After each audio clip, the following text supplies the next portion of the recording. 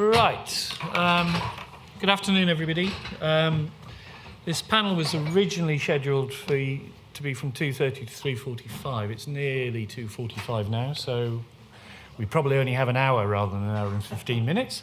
I thought I'd kick off just by letting each of the panelists 2 minutes to introduce themselves and who they are, who they work for, so that you all know. You probably know most of them already. And can we start with Darren from Eric? Darren's the replacement for Chris Turnbull, who's stuck elsewhere. Good afternoon, ladies and gentlemen.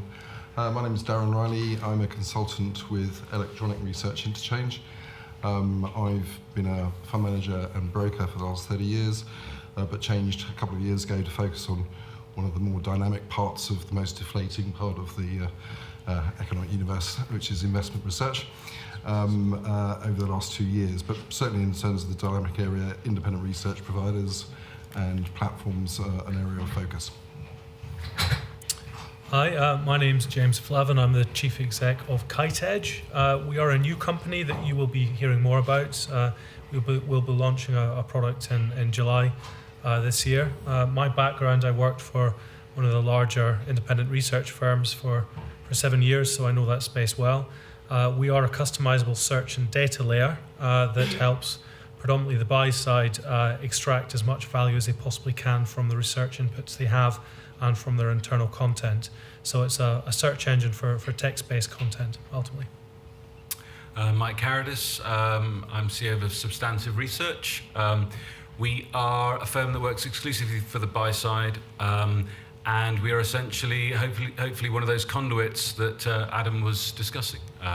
We match by suitability, quality coverage to the buy side, both through monitoring content outside core providers lists that the buy side has, and also doing budget advisory. So yeah, it was interesting to hear those last comments, which I'm sure we'll talk a lot about in the next few minutes. Hi, I'm Mark Arthurton. I'm with Smart Karma. I'm head of content strategy there. Smart Karma is a subscription platform that links independent research providers with buy-side clients. My background, I was on portfolio manager for 17 years, and then I moved to independent research for 3 before joining. Hi, I'm Steve Jarrett. I'm the CEO of Workflow. We are a distribution platform for research. We provide independents and sell sides with the ability to feed the aggregators in the new space, and we also provide white label platforms as portals and email distribution. Effectively, we're a technical platform in the research marketplace. And in addition to that, and one of the reasons why we often get invited to this is we run the UIP directory and integrity research websites and the USIP stuff. So we play a role in that space as well in terms of just helping the market generally. Okay, thanks everyone. I'm Glenn Bedwin. My day job is as COO of Absolute Strategy Research, which is a macro strategy firm. But I'm also on the board of Euro IRP, and that's really the hat I'm wearing today, so the trade association for independent research providers across Europe. I've been interested in this space since the publication of the Miners Report, worked a lot on MIFID I, and I've worked a lot with the regulators here and in Europe on MIFID II. So I'm getting a bit bored of it all now. But anyway, not for the next hour or so. Right. Just one thing I thought to remind you all before we started, that we're all focused on the impact of MIFID II on research. If we categorised MIFID II and everything that's been written about it as a 10,000-page document, there's probably 100 pages on research. Most of the impact of MIFID II is taking place in the trading environment, reporting, changes to the way derivatives derivative trading is carried out, fixed income trading carried out. So when you see in the press that the buy side is obsessed with and being dominated by the implementation of MIFID, most of it isn't what we're talking about now. But obviously the rules on research have had a massive impact, particularly on the IRPs, but across the board in terms of research providers. And we'll try and flesh out some of those impacts over the next hour. Right, we heard from Adam, and I know from discussions with the FCA and the regulators during the period of drawing up the interpretation of MIFID. So remember, the legislation was written 7 years ago, and we've spent 7 years trying to understand what it all means. That the regulators have been very keen to see the changes as beneficial for the independent research providers. Adam talked about an efficient, transparent, open market and appropriate pricing for quality research. Given that we're now 2 months in, can I ask the panel whether you think IRPs are feeling that they've got the benefit from a new, wonderful marketplace that is going to make us all rich? Mark, could I throw this at you to start with? I think it's a bit of a mixed bag actually for independent research providers. Some are doing okay. Some are finding it very hard, and I think a lot of the difficulty comes from actually the position that the buy side is taking rather than the regulator. I mean, we heard from the regulator Justin. He seems pretty relaxed about what independent research wants to do, what they want to achieve, and we're way low down on any risk monitoring that they'd be looking at. So this shift that's happened on the buy side to move to a model where the CFO is pretty much in charge of buying research, and the compliance department is very much in charge of whether or not the doors are open, is what's causing the problems. And I think that's going to relax over time. But overall, I think the fact that people are putting their attention on valuing research and actually, fund managers working out, actually, I value this piece and this is why, is actually going to lead to a really positive outcome for independent research providers in the future. So the idea now is to sort of hang tough and it will come good, I think.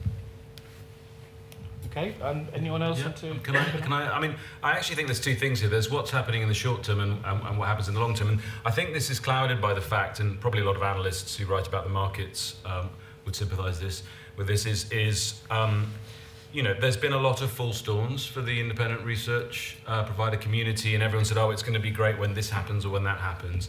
And so suddenly this MIFID II thing comes and everyone's thinking, finally, the sort of cross-subsidization of other services will get out of the way and quality will win out and all those sorts of things. And actually, oh no, it's actually miserable because all our marketing emails are getting firewalled and where are our trials, and in the short term, no one wants to add to their list and all those sorts of things. And I think those are just, people had to get stuff done for January the 3rd.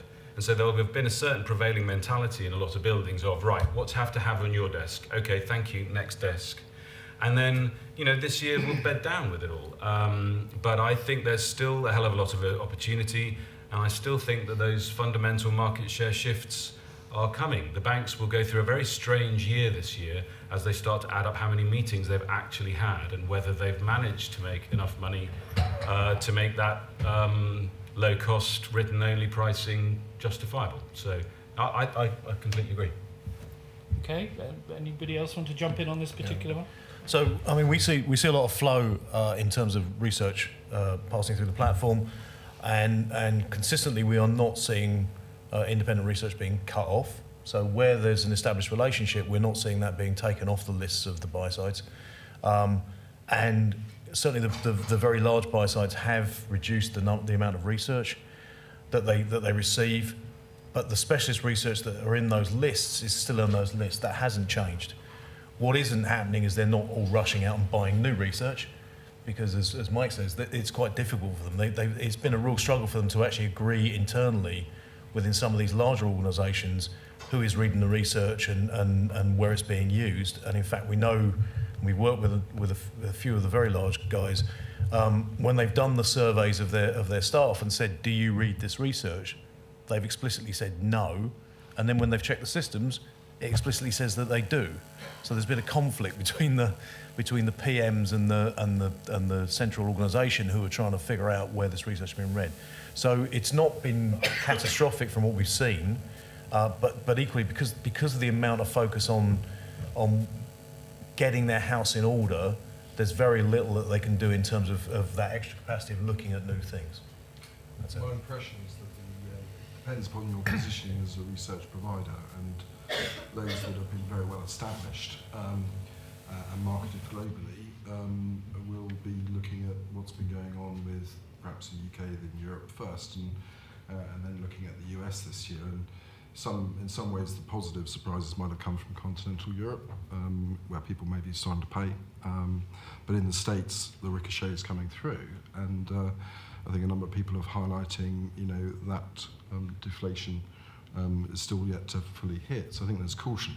But if you're trying to penetrate as a new independent research provider in the market at the moment, I doubt it's ever been harder. And where you change regulation, then there's a fear of breaking the new rules. In some ways, not necessarily everyone knowing the new rules. And the impression I get is that in the early phase, a lot of the institutions have put up an awful lot of barriers, some of them to keep you a long way away from where the edge of that perimeter of the regulation is, because of course they don't want to break the rules.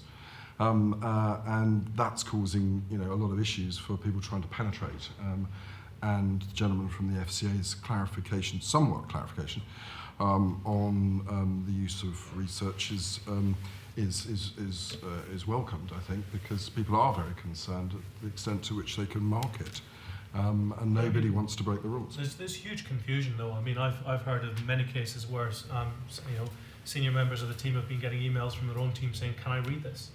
If the people that are supposed to be consuming the research don't understand what they can and can't read, I mean, there's no surprise that people are having problems marketing, new pieces of research to people. So, as Mike mentioned, it's going to be short-term pain as people bed down and get used to get comfortable in what they can and can't do. And then longer term, you'd hope that the quality of research out, and as people move on from being compliant and not being made an example of and move towards how do we do our jobs more effectively, then technology platforms can help, and confusion dies down, and then independents start doing better because they're being evaluated fairly amongst the options out there. So. Okay, thank you, everyone. I'd perhaps take issue with something that Steve said, because I was at a Euro RP meeting on MIFID II yesterday, and the member firms there were very definitely of the view that lists are being cut and independents are being cut off those lists. In a number of firms, not in everyone, but in a number of firms where the finance department and the compliance department have taken control, they are cutting from the bottom up. They are making the assumption that the people who are being paid the most are the most valuable, which is not necessarily an assumption we would all share. And so the consensus, though, appears to be that short-term pain, but medium to long-term it could be beneficial to independents. But of course that does raise the Keynes quote that in the long term we're all dead. How many of the independents will survive to see the bright new future that the market we're hoping for? Is there anything that either a trade association or the regulators could do to help minimise the dangerous impact in the short term? How do we get the message to the buy side that they don't have to be quite as brutal to the independents as perhaps they are at the moment? Any thoughts? Well, it's tough, right? Because you send out a note with nothing substantive in it to market yourself. But what did the banks do? They put a link to a piece of substantive work in that email. So what was the buy side supposed to do at that point? Just cross their fingers that none of the PMs clicked on that link. So I sometimes it's just out of your hands that that you'll get automatic cease and desists in the short term, while whatever this market beds down into, whatever the infrastructure is and whatever the platforms are and everything, right now is the time for the portfolio manager to complain to their central department, I don't want to use that thing, I was happy with what I did before, and work that through. So I think it's tricky right now to do anything until you know what you're dealing with. So this is about discoverability, positioning, getting your differentiation out there as an independent provider. But if you don't know what the market infrastructure is bedding down to, I think that's tricky right now. I think it will get quite apparent quite quickly, though. That's hopeful. Anybody else want to jump in on perhaps the soft messaging? And this is something we raised with the FCA yesterday and the AMF, that while clearly the rules aren't going to change, clearly we're not expecting massive enforcement activity in the very short term, but is there perhaps something that the regulators could say to ameliorate the buy-side's perhaps sort of monolithic approach to all research and let them know that the independents are a bit different? Because we're not inducing anybody to do anything. Isn't it the case that people should be, it's not just the FCA, as we've heard before. No. It is that someone could take legal action against you if you're not complying with certain things. So there's some soft guidance, but whether or not you could rely upon that or your legal department could rely upon that, is not clear. So when you're setting rules, you need to be setting them with recognising that people are going to be, you're going to need a buffer, and people are going to work the other side of the buffer, but we've already set them. So, then it's about enforcement. And so it's a fair market. Everyone's treated fairly, and things are being enforced. So, I think my sense would be that we would all like to know that there is, transparency and fairness with regard to pricing, and there's an apparent perception of predatory pricing amongst certain, often brokers, that is there. Now, whether that's right or wrong, it's very difficult to say because there is very little transparency in pricing. There isn't a clear. Well, that begs the question: why don't they harmonise the reporting rules for those paying through P&L versus on the soft side of things? If those using their own money to buy research have to report in the same way, then that gives a far more transparent market. I remember sitting at one of the original round tables, and one of the contributors stood up and said, "I'd bet and down the line we're going to have a less transparent market with less competition." And I think there's a danger that that's the outcome we get here. This big move to P&L certainly hasn't helped. So if people paying themselves of P&L are forced to report in the same way as those using dealing commissions, I think that could have a positive impact. But at least one of the motivations for moving to P&L was people thinking that they could escape some of the onerous requirements of having to report to clients. So we're caught between a rock and a hard place. Does anyone have any views on regulation across Europe? It's obviously the FCA has been the lead very much in the research market. The AMF has published quite a lot and has worked, I think, quite closely with the FCA through ESMA. Elsewhere in Europe, do you think the buy side knows what the local regulators in Scandinavia, in Germany, in Italy, in Spain want to happen? Any thoughts? I think there's significant inconsistency across the various European domains. I think in Switzerland, for example, it's not been made clear, I don't think, from the local regulator sufficiently to the buy side what they're supposed to follow in this process. And actually, what's happened in Switzerland is that a lot of the larger sell side have cut their lists. So we visit Switzerland quite a lot for another business that we run, and in that process we've had a number of PMs saying to us, "I used to have a mailbox full of research and now I've got nothing." So there is a reverse trend here where some of the larger sell sides, if you're not prepared to meet their price, are just cutting people off. And the buy side weren't prepared for that. They didn't know that was coming, and so the regulators haven't been quite as open there. I think the same applies in Scandinavia. So I don't think there's any consistency. It's interesting that you say the French have played ball. They haven't played ball in other parts of the MIFID II process. And so I was limiting it to the research space. So I'm quite surprised that they've played ball in the research space. And there has been a message from the regulators in France in particular where they've kind of said, yeah, it's MIFID II, we'll get to it. So I think in Europe it is inconsistent, and that's causing problems, and it's causing problems for research firms that are outside of the European space as well. I mean, research firms that are outside Europe that are trying to feed back into Europe don't really know where they're supposed to go with MIFID II and how they're supposed to cope with that, and that's causing them problems as well. There's multiple free trials going on right now. I think the FCA has been more clear on free trials than any of the other regulators, and that is just opening up.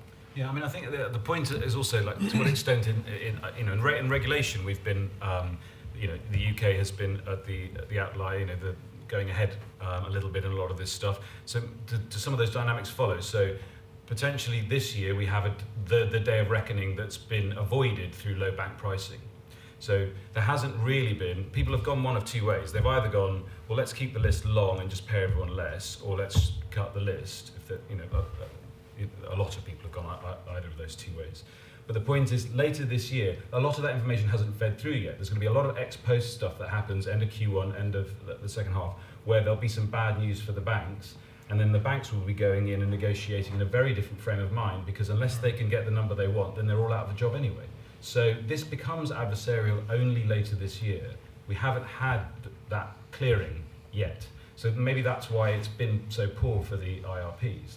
But I think that equally, we won't get that day of reckoning for ages in a lot of continental Europe.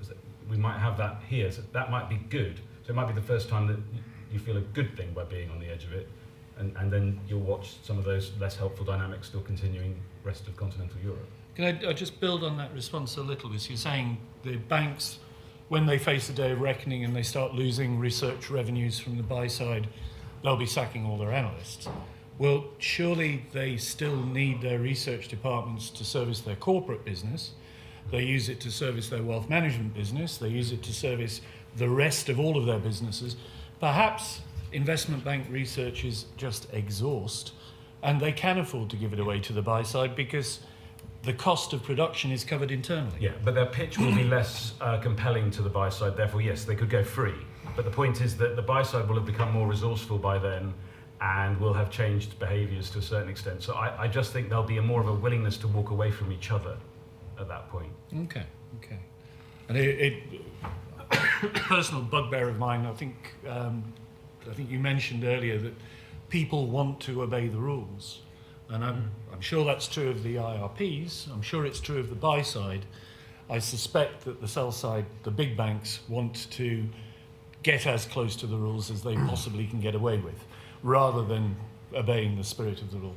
Is that just me, or would you say that's... No, I mean, I think that the large investment banks have always and will continue to hold all of the cards in this scenario. Precisely that. I mean, their research departments, they serve other functions than just selling research to institutional fund managers. They service their wealth management departments. And actually, if you run through the numbers, you can get quite close to some of this price. And you'll make quite heroic assumptions, but if they sat in front of the regulator, I'm sure they could show them a spreadsheet that says this is how it works. We've just got to hit this target of number of logins, and potentially we can do that. And so I think this shakeout of a large number of, from the larger banks, of research, of analysts is just not going to happen. It's going to be that middle ground that gets really, really squeezed. But dropping it back to what the regulator has done, I don't think the FCA could have been clearer. I mean, short of saying, yeah, it's fine, whatever you guys do as independent researchers. I mean, there is only one step away from that, basically. And what the buy side has taken is the compliance viewpoint that we need to be whiter than white, so we're going to take these as written, which always happens in the UK with European regulations. We take it and we implement it a lot more rigorously than tends to happen across Europe. But global firms tend to follow that level of where's the most restrictive environment, and we're going to try and put that approach across the board. Where you haven't got this is in smaller, more regional asset managers or smaller hedge funds, and we're finding that it's still okay to sell into those guys. They're still willing to take trials. They're still willing to engage and do this. In fact, the fact that the sell side is cutting them off is brilliant, because they've got nothing now. And so they want something as they're looking for it. You're highlighting the kind of direction we're moving into, which is this kind of information asymmetry place. Short term there's been this reaction, but longer term, surely people realise that the more information they have, the better. They're ultimately in a competitive market. They need to make returns. I mean, we're already here about several hedge funds in the US increasing, their spending on research, tenfold, because they see it as a competitive edge, a competitive, something they have to do to outperform. So yes, we have this knee-jerk reaction, and I don't know how long that takes, whether it's 6 months or 12 months, but at some point people realise that actually they need the tools to do their job, and that needs to be paid for somehow. And then maybe there's a changing in pricing, some kind of renormalisation, People start to use the money they're spending on research as a differentiator in marketing and a competitive edge and so on. And to that end, that's where some of the new technology that's come along is very important. If there's technology there that can help people discover new inputs that help them do their job more effectively, or can help them get better input from the restricted set of resources that they now have, then that's the direction we have to go in. I don't know the timeline, but it feels intuitive that that's the way we go. So. Okay, can I again build on that answer? Is one of the things I wanted to look at was I think the last count I saw there were 17 sort of fintech startups in the research space doing a variety of different things. Sorry? There's less now. Oh, right, okay. They're no longer around. So yes, a lot of people have piled in offering solutions, and I put that in inverted commas, for various issues raised by MIFID. Do you think the research providers and or the buy side are seeing the value? And how do you see consolidation and the future of that section of the industry? Most of you are interested parties in this, so I'll step back. Can I just quickly take that one? So we have two eras at Substantive, which we call pre-BlackRock and post-BlackRock. And pre-BlackRock, you felt a bit nice to have. The providers were reasonably engaged, but the buy side weren't engaged enough that you could feed back management information or whatever the quid pro quo was for working in tandem with those people. Enough leads, enough management information, whatever. After BlackRock, so many people going P&L completely changed the approach and also the feedback from the investment function. There was a bit of a weird feeling about, there's nothing left in the inbox. I think that we've only had a very short period of time with the right flow of engagement from the buy side, practically day to day, week to week, with paying customers, to start to create that series of benefits. Whether it's because warm lead generation, right now, I mean, that's just a nice idea with all the MIFID II, with the firewalls and all that sort of thing. But I do think that things have to change now. IRPs are going to become more marketers than sellers a lot of the time, because you're going to have to be discoverable and you're going to have to be differentiated, and people are going to have to find you. People are going to be looking. So no, I don't think they've had the benefit. I think they've had marginal benefits here and there, but I only think the real proper flow is only beginning through these infrastructures now, and I think it started in October. But if we look at this practically, I mean, back to your point on 17 technology firms or a few less now, there is a problem of there being a lack of screen real estate available to people for using multiple platforms. So there will be consolidation in that space. And again, as people start to understand, changes to workflow and habits in this new environment, then there will have to be a rationalisation as to how people consume information. And the pre and post BlackRock is a good point. I mean, people didn't see us being where we are now, and some of the models for some of these technology firms are probably not as well placed as they could be, given the change in environment that people didn't really predict there. But there's certainly room for marketplaces. There's certainly room for technologies that help data mine larger corpuses of content, but it will be very competitive, and there will be a consolidation phase. Darren, can I ask you to speak on that consolidation point following your merger with the Beano? The shareholder. I'm sorry. Well, I mean, I think it's ironic, isn't it? Because I think the reality is that the investment management industry is undergoing a lot of mergers and acquisitions because the barriers to entry has just been shoved up by the increase in compliance costs. So we all have to deal with more costs, and therefore market reaction is to consolidate. And it is, of course, that sort of business that the banks get. And then the tone totally changed, at Euro IRP or Research Unbundled, where you had, the appearance that it was the regulators and that maybe also the financial press basically had bought into the view that cross-subsidisation was great. And that's fine. In which case, then, how do you police pricing? And that was a big sort of step back, I think, for a number of the independent research providers. But I think the reality is with the, I can't comment on all fintech industry solutions, but it's clearly early days. I mean, I think if you set things up on a regulatory basis, there's a risk that the regulations aren't enforced or they change. There's always that risk. But I think generally, if you look about where the industry is going, and in some senses, I think we buy into there's some positives with this. It is, it's a long journey, and everyone wants to be a power leader, or maybe just a niche business. In which case, how does that, how do you focus on that particular area and dominate that category? Everyone's trying to do different things and move around, and I guess that the technology is the thing that allows you to, adapt and pivot and expand and become more scalable and what have you. And I think, clearly people that base their businesses on technology, that's, a very big thing. But what we'd also note is their scale is so small. I mean, the addressable market is large. If you take Integrity Research, they talk about 4,000 research providers globally. If you're trying to be a marketplace and get your number of vendors and number of buyers together and then have a match and then it all works wonderfully well and go exponential, you work out your market shares of what people have got on each of their sites, and they're all doing slightly different things, but let's just take marketplaces, for example.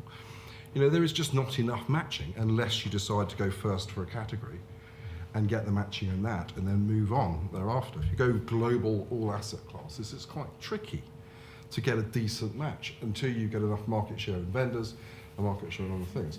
Plus, there's a consumer change. So my sense would be, not necessarily talking about Eric, but just generally, that you're trying to mould some improvements in technology as well as existing practice and where they work together as a blend in different models, then work through that. And so my sense is that if you're trying to sell an annual subscription to a quality research provider, a service of research, then quite a lot of that's not going to be done on the press of a button. You're going to have to get various stages, sampling the research, introducing the provider, talking through the pros and cons. There's an evaluation and negotiation process. A lot of that's done offline, and it's not just going to happen at the press of a button. But there are many benefits to technology that can come through. So my sense is it's early days. Nobody is at a power leader stage yet because they're just not big enough market share. That will emerge later on.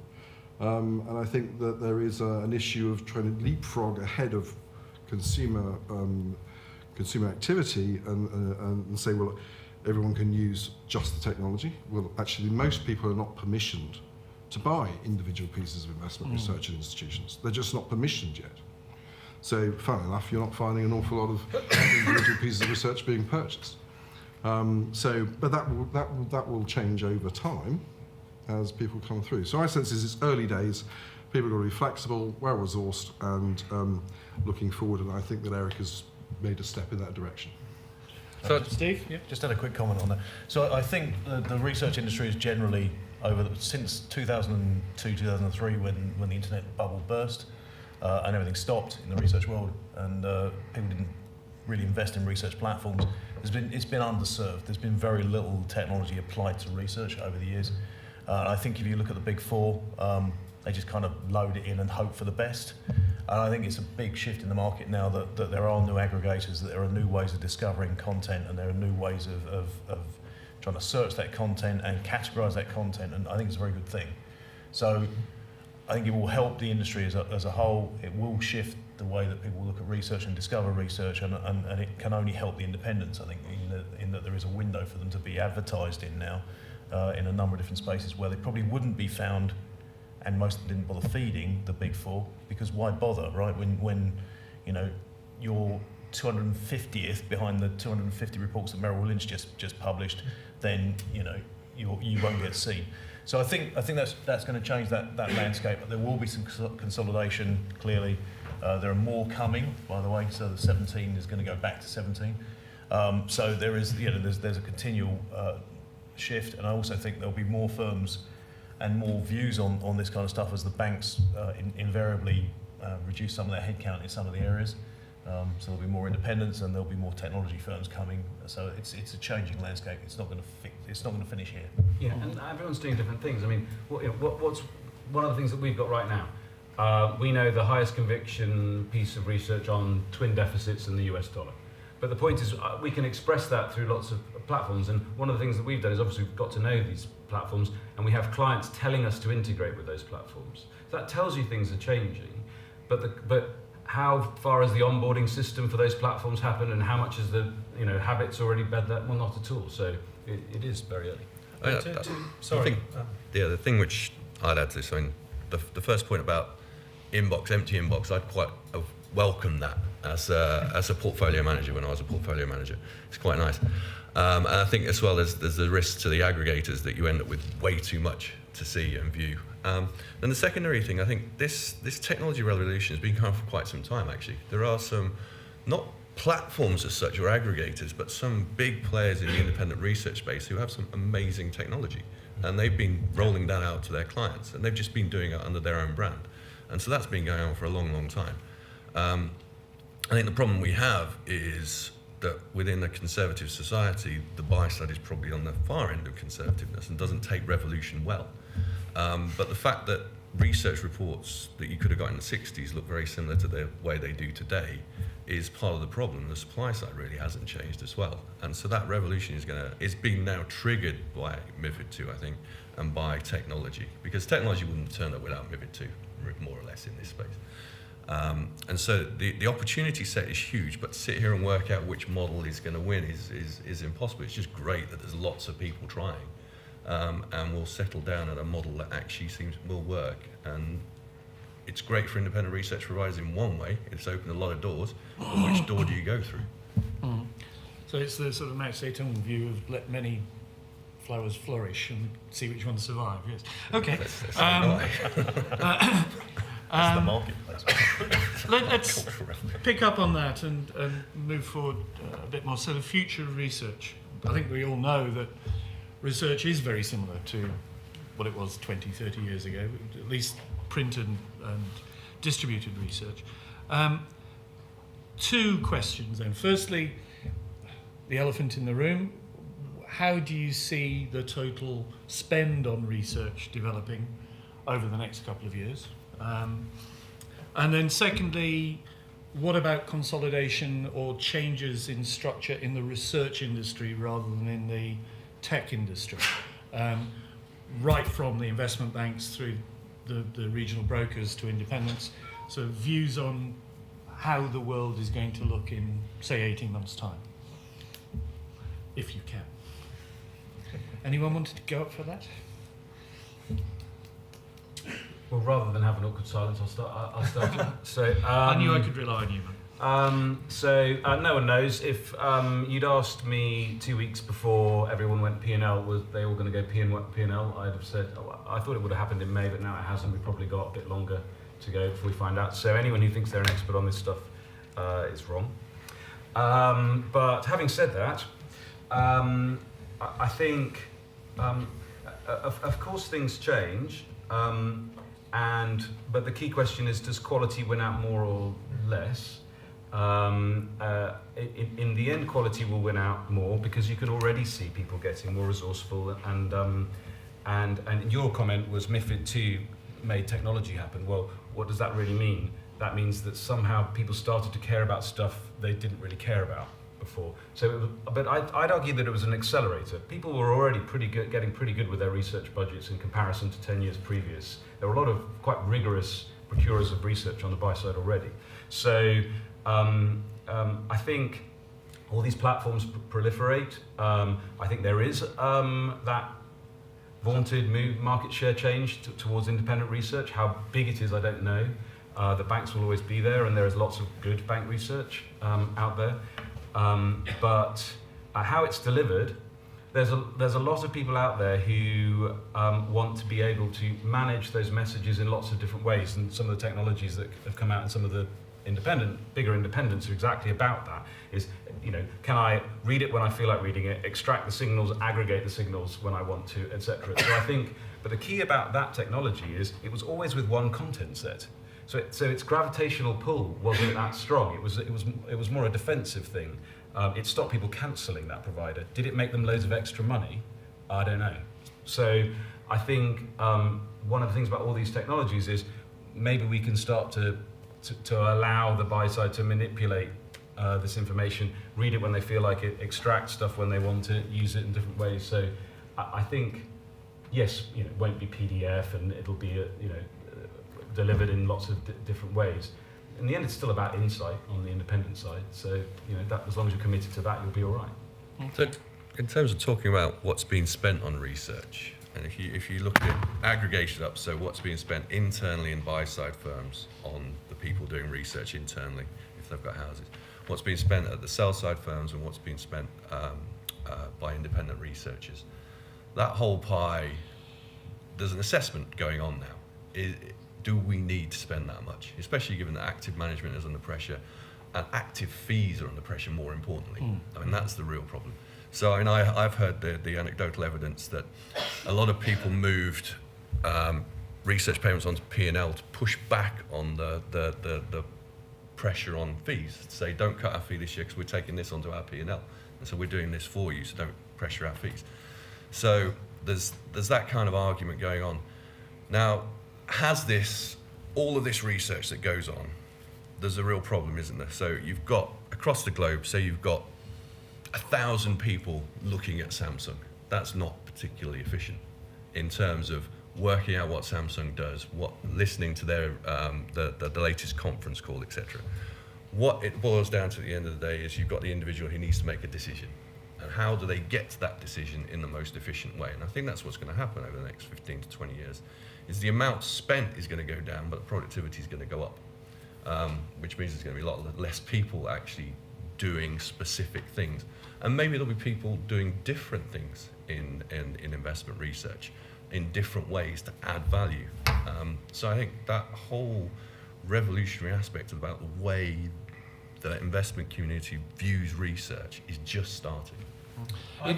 Sorry, just one quick comment on that. You say 1,000 people covering Samsung, but doesn't this come back to the cross-subsidisation issue? The reason there are 1,000 people covering Samsung is because there are a lot of banks want to do corporate business with Samsung, not necessarily because we need 1,000 people writing buy-side research or writing research for the buy-side.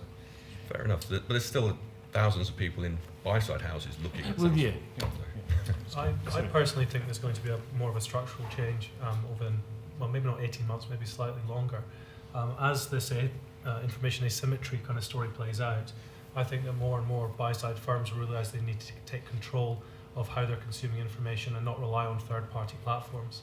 If you look at the way the market's set up currently, the sell side are doing a very good job of structuring content and pushing out there and taking ownership of this and trying to retake control.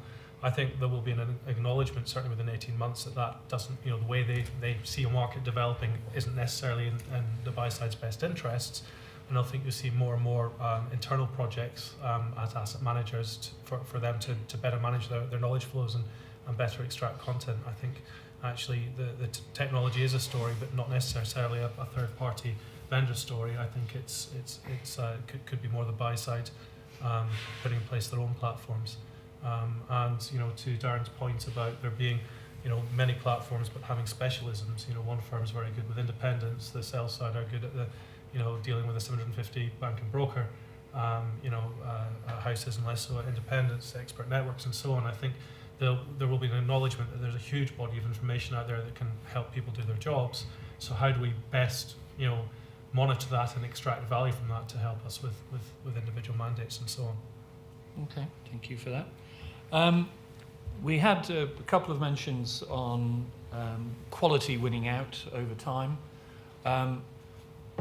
How do you see the way in which the buy side evaluate research changing? And there's been a lot of debate with the regulators as to whether the vote should continue to exist. The FCA for a while was very anti the vote, and whether the vote is producing proactive pricing or retrospective pricing.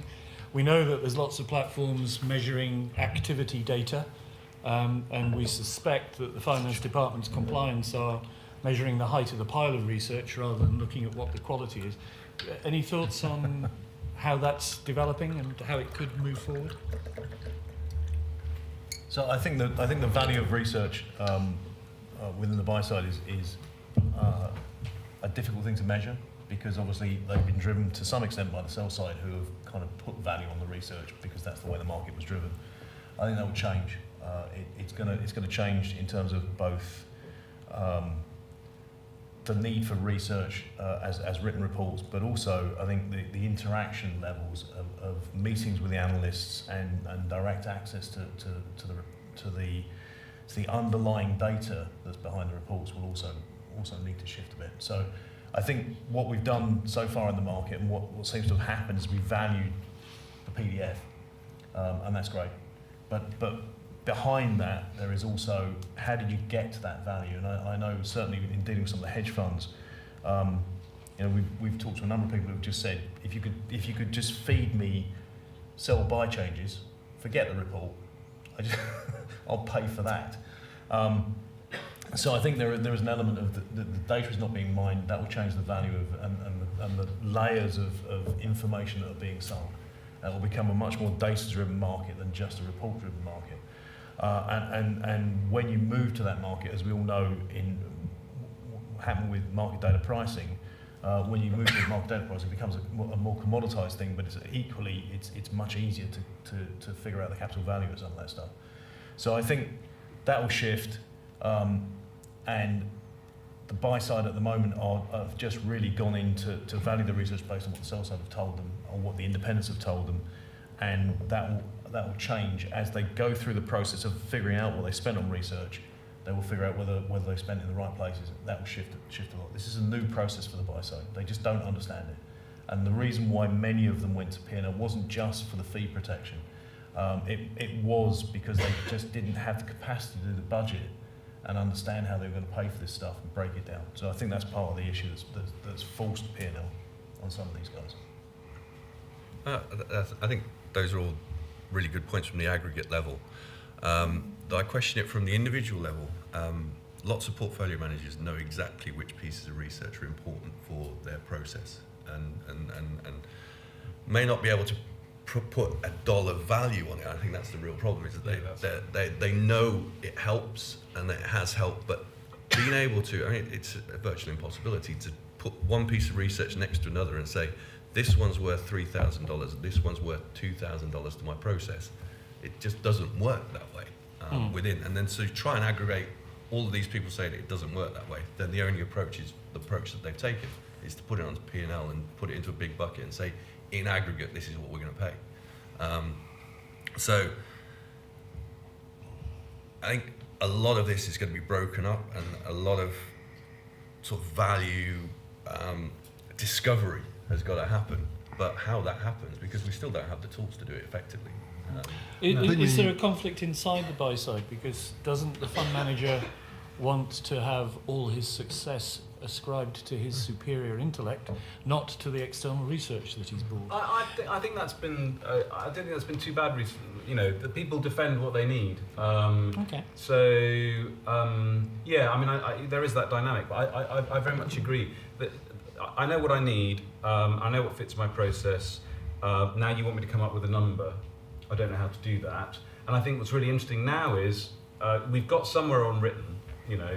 And then we've done a little bit of anti-access stuff, but not really. So now we're all going to learn about what the ex-post reality of all of this is and where the buy side have gone. So we're about to go into a period of discovery on analyst meeting value and pricing. And then, because everyone just threw everything up in the air over the last 2 weeks on corporate access, then we'll also figure out how much it costs to see the man from Malaysia Telecom.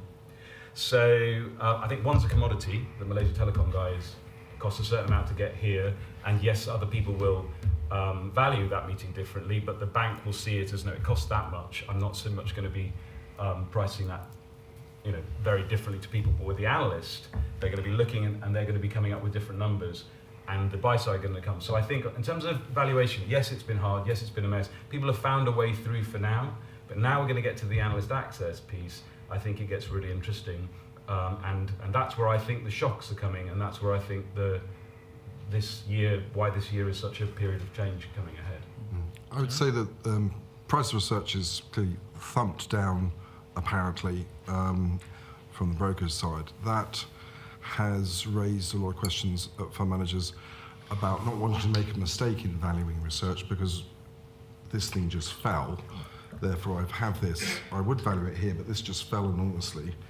How do I value that against this? And the trouble is they're not always apples against apples because, subscription pricing at 10 grand, JP Morgan or whatever, doesn't tell you what it is for the engagement with the analyst, doesn't tell you about all the other things that are going on, the upselling that's going to go on.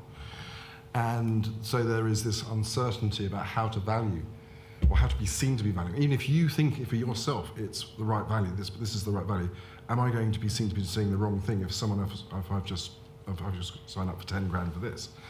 And that is where I think the element of guidance or policing combined from the regulators will be very, very helpful because that is causing people to delay things and to step back. And hopefully over time people will understand how to deal with it. But there is that uncertainty, is my perspective. And I think we've mentioned the phrase information asymmetry a couple of times. It always strikes me in this market that the sell side, through services like McLagan, can understand their market share and wallet share quite well.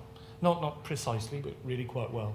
The buy side have always been reluctant to share data among themselves for fear of being seen as colluding. How can they get to an appropriate valuation if they don't know what everyone else is spending?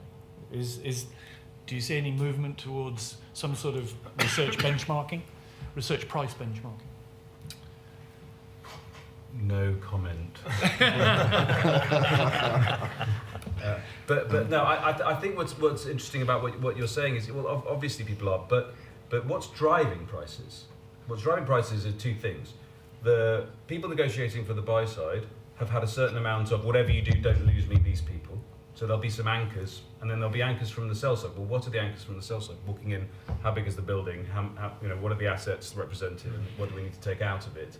And those two things go against each other. But really, what's driving pricing is peer groups and intensity of use and things like that. I think that's very difficult to feel confident as a buy side person that you're looking at a benchmark that applies to you. I think that's still a big sell. Where does the asset owner fit in with this? We don't talk about that. Largely because they don't seem to want to talk to us either. Certainly my experience on the buy side was the asset owners had very little to say about research price or total expenditure. It may be changing now. Well, they should have more visibility than most. They should. Yeah, absolutely. Can we ask do people think the price of written research will go back up in future? I think that's a really important question. Show of hands, the price of written research will rise over the next 18 months, 2 years? I'd answer if I could give a longer period of time. Okay, but you see it going back up over some finite period of time? Not at least 18 months. Okay. And those who strongly feel the other way, that the price is down and it's going to stay down? A clear majority for the price to rise, but it's definitely a split audience. Okay. We've got 10 minutes left. I'll throw one more question at the panel, but if you could spend your time thinking about the questions you might like to ask, because we've covered a huge area and I do want to give you some time to query them. Fixed income market. The rules cover fixed income. Everyone's meant to be paying for research. What on earth's happening there? Any thoughts? Well, I mean, we've seen a number of fixed income areas within the sell side that are have just moved to free. So they've decided it's a non-monetary impact, and they are effectively giving open access for a registered client with a buy-side credential, or with an institutional credential. So we see that. It's not consistent, but it has happened in a number of places. I don't know how far that's going to spread. But the concept of you have to pay for fixed income hasn't necessarily stuck with everybody today. But of course, the sell side don't have the right to say it's free because the buy side have to evaluate whether it's offering value. And if it's offering value, it's an inducement regardless Sorry, of what the moment you put it on a public website where all you have to do is put your email address in, I think that's free. Well, yes, but in theory, the buy side still have to pay for it. Unless the regulator does. Yeah. If the regulator does something about that, then that will change the Yeah. surface. But they haven't to date. No. Even no, if it's publicly available. There is a limited carve out, but it's all about market commentary rather than substantive research. If they're trying to give away substantive research for free, they're inducing. Yeah. Full stop. But yeah, as you say, I think the regulators need to offer guidance on that. Okay, we've got about 7 minutes before the coffee break. Can I ask if there's questions from the floor? Gentleman there. I don't want to Does the ask. panel have a view as to whether pay-per-view is gathering ground relative to subscriptions?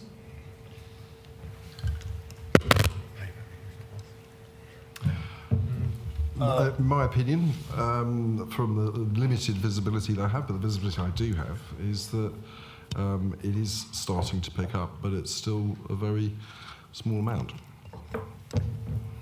And I think that subscriptions still dominate for the majority of quality providers because they see it as a service that's consumed, and people tend not to go out shopping every day. They tend to try and focus on the evaluation. But I think as time goes forward, and whether it's coming over the top of lots of other providers aggregating things, or the aggregators or marketplaces getting more to scale and utilising that data in more clever ways and more useful ways, then I think that will change. But it's my perception is that it is changing, but it's at a low level at the moment. The bulk of our sell-side providers do not offer price per product. They only offer subscription only into the platforms that we feed. There has always been a pay-per-view market. The Investex aftermarket is still service, there. yeah. So the Reuters aftermarket is still there and still widely subscribed, but tends to be a corporate finance type function rather than a buy-side function. Yeah, I used to work in that space, and it was primarily the sell side buying other sell side research rather than buying the buy side buying. Anybody else? Neil? Just a couple of comments. Three other major things that I think are going to happen. One is we don't really know what the enforcement environment looks like yet. And so if the compliance departments, which are busily rejecting all of this research without a contract, if it finds out that counting every document is not a regulatory priority, then that may change the way that happens. Second point is, as Glenn mentioned, asset owners still will play a role in this. We don't know how big that role is, but clearly if they have a view on this, that will be reflected. Third, performance. If we start to see marked performance differentials between people with low research budgets and people with high research budgets, regardless of how they're funded, then asset owners ultimately are going to walk with, are going to vote with their feet. So once again, we won't know this for a while, but this will be the ultimate outcome, because clearly asset owners are going to look at returns after research costs, not before research costs. So I would just add that in as 2 cents worth. I'll just turn that over from Neil. Sorry. I think the other question I had is, going to Neil's point on the cost or changes, to what extent the larger fund managers start building up their own internal analyst teams, which they're doing already, and going more direct access to corporates, which they're doing as well. So how does that change the research landscape from providers to the asset managers actually taking more control of their own research and access themselves? Well, I think it's clear that it's a marketing tool for them in many respects. There's certainly efficiencies to using external, analysts versus internal as well. I think ultimately the quality of content will be a decider between that. But also internal analysts tend to use external research as well. So just because someone has a strong internal analyst team doesn't mean to say that they're going to stop using external inputs. So Yeah, the one thing people don't say, if you look, the bigger the internal research department, the larger the external research bill. Yeah. Fidelity used to spend as much on external research as it did on internal research. I guess they won't be spending so much moving forward. Probably not. So presumably the in-house versus external it's a conflict between a search for exclusivity, because if your analyst does the research, you're the only people getting the benefit of it, and the economies of scale that you can get by buying the best in the industry, rather because not everybody can hire the best in the industry. So One of the things we've seen is I want to read stuff that everyone else isn't reading. yes, So I think that's always going to be there. That, and if anything seems to be, just in the last 2 or 3 weeks, as people are bedding down with what the new life is going to be like, that seems to be a message that's being reinforced. But that's one end of the independent research market, isn't it? Those guys who are super successful and limit their client base to 30, 40 clients max, because that has supreme value to the guys who consume it. If they distribute it more widely, it loses its value. And so that's the case. But on the internal research departments, I'm hearing that they're refocusing towards this mid and small cap space. The internal guys, leaving, you've got 2 bulge bracket guys cover you globally, do waterfront, do the large caps. Fine, that's lovely, we'll use that. We're going to reorientate internal research to the mid and small cap, which nobody's covering, and therefore we can add value in that space internally. And I think that's potentially a threat to the independent research community, because that's naturally one area that the independent research community should be looking at, is this mid and small cap research, if you can get the distribution right and find people who can pay. But if it's being competed against the large asset managers who have the pockets to pay by internal analysts, that's a problem. One quick comment on that. You can't have consensus on your own. So, they still need some sort of consensus around a lot of the stuff they're doing. Second thing is that, you can cover China from Fleet Street or from Kingswood or wherever your research analysts are based, but not very well. So there will still be a need for local analysts in Prague, in China, in whatever. So that local requirement is still there. And so I think they'll still buy external research where they've got emerging market funds, which most of them have, where they've got specialist funds or specialist debt funds or any of those kind of things. There's still a need for that specialist information, and you're unlikely to cover that with an analyst team internally. yeah, very good. Last minute, any final question, or shall we call a halt and go and grab coffees?